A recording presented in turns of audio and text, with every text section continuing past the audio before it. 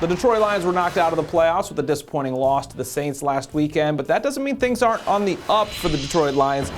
Going into this offseason now, we know last year they were going to try and take the next step. They did. What do they have to do now to continue moving forward? Well, there's no question about it. I think they're going to enter next season as a Super Bowl contender. Some people will actually mention the Lions and Super Bowl in the same sentence for the first time in forever. And that's because they've got all the pieces to succeed. Matthew Stafford, Calvin Johnson, that passing game. You know, it looks like the defense at least has some playmakers. I know they didn't show up in New Orleans, but the core is there. Jim Schwartz is going to spend more time working on that defense in the offseason.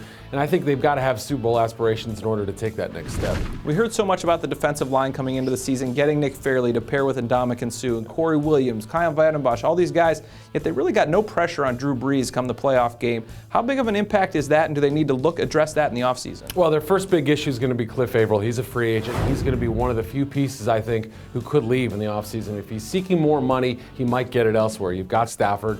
You've got Ndamukong Suh with big contracts. You've got to take care of Calvin Johnson long term. So you may have to lose Cliff Averill and maybe move up one of those guys like Lawrence Jackson up the depth chart. So like you said, that's going to hurt the pass rush that was not there in New Orleans. And they've got to find coverage guys in the secondary as well. I mean, they didn't help out as well, dropping 3 interceptions in that game. Obviously, the defense was the weak link for this team this year. I guess that's not a big surprise. And it's not that bad of a situation when the offense is that good to be a weak link compared to that. But the running game on offense just hasn't been there. Javid Best was hurt. Mikel LeSure didn't even play this season. He was hurt. We saw Kevin Smith come back into it. How are they going to address that this offseason? Yeah, I think those things you mentioned are all in play, and I think they want LeSure to be that big back, that 4-minute back, a guy who can take reps on first and second down and sort of withstand some of the blows. And then you've got Best. If he's back from his concussions, has no issues with those, he should be the big play guy, and I think he can fill that same role that Darren Sproles fills in New Orleans. And I would think Kevin Smith will get invited back to camp as possibly a third back. So I think that's okay.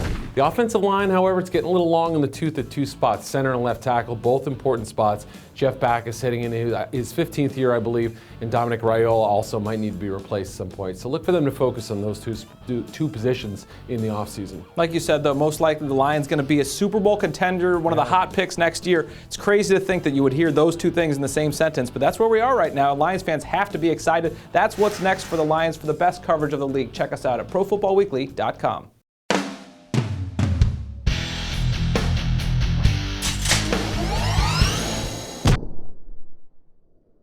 It's never too early to start thinking about the NFL Draft, and Pro Football Weekly's new draft database has you covered. Check out updated player rankings for over 750 prospects and our exclusive PFW Stock Watch. Just go to the Draft tab at ProFootballWeekly.com.